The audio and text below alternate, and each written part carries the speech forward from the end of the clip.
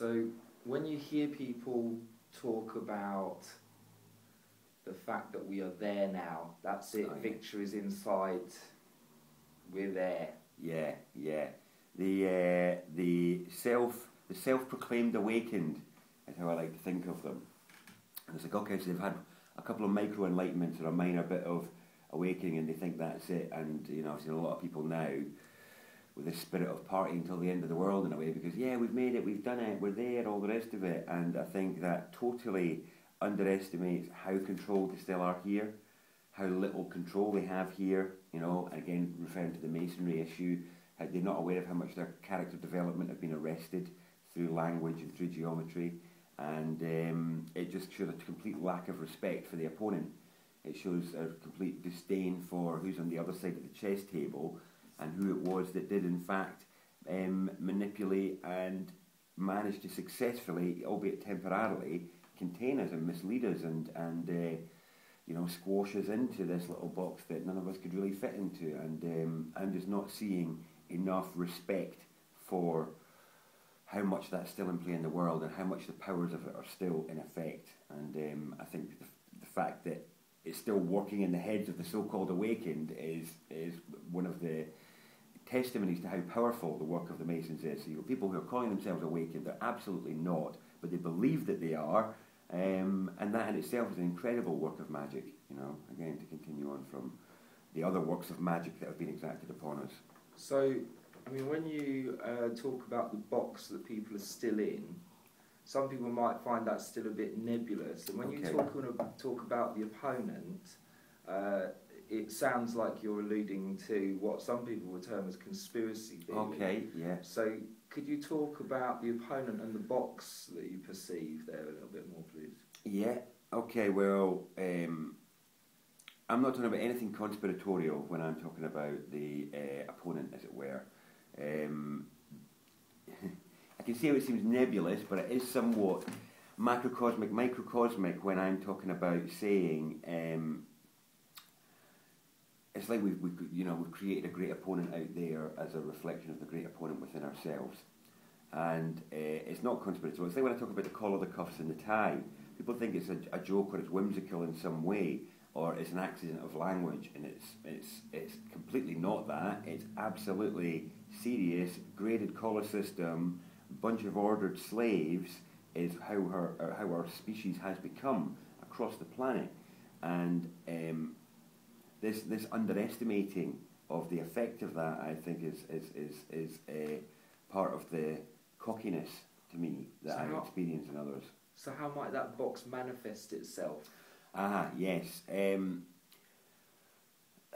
box itself, I see, as being the everyday linguistic and geometric framework that we're educated within. So with so basic things like us being taught that the triangle, the circle and the square are basic shapes when they're absolutely not. It is the line, the circle and the spiral. How we're taught that when we're writing, so we're taught characters at a very basic age. We don't understand the role of language properly, but that's, you know, as you know, a massive subject. But one of the really simple things that people can see when I'm talking about this box is, so like we have this way of writing where we get a lined page. In fact, I've got one here. So we've got a lined page at school and things like that, and we're taught to write within the two lines in a particular way. We're all taught in the same way in that respect. But for me, the characters in our alphabet and in our linguistic framework that represent character development. Now let's say that, you know, it's not an accident that they're called characters, and the procession through the alphabet is not accidental either. But the very characters which supposedly denote victory and success and accomplishment and attainment have been arrested in our culture. And what I mean by arrested is, I mean they've been moved. So here's how most people would write their ABCs in a way. So we get this kind of presentation all within the line. However, as we go further along the alphabet, we have characters which are called descenders, and I call them the fallen ones. So these are the ones which have fallen, and they are the F, the J, the G, all of that. Now, let me just draw them for you very quickly so you can see the difference here. So here's how most people are taught to write a G. The way it's supposed to be written is like this. So that need to hold that to the camera. Yeah, I'll just hold that up. So the way it's supposed to be written is actually here where it is uplifted, where it's ascending rather than descending. And so we find that what's happening in the alphabet is a procession of this circular shape and these shapes and these points as they move along.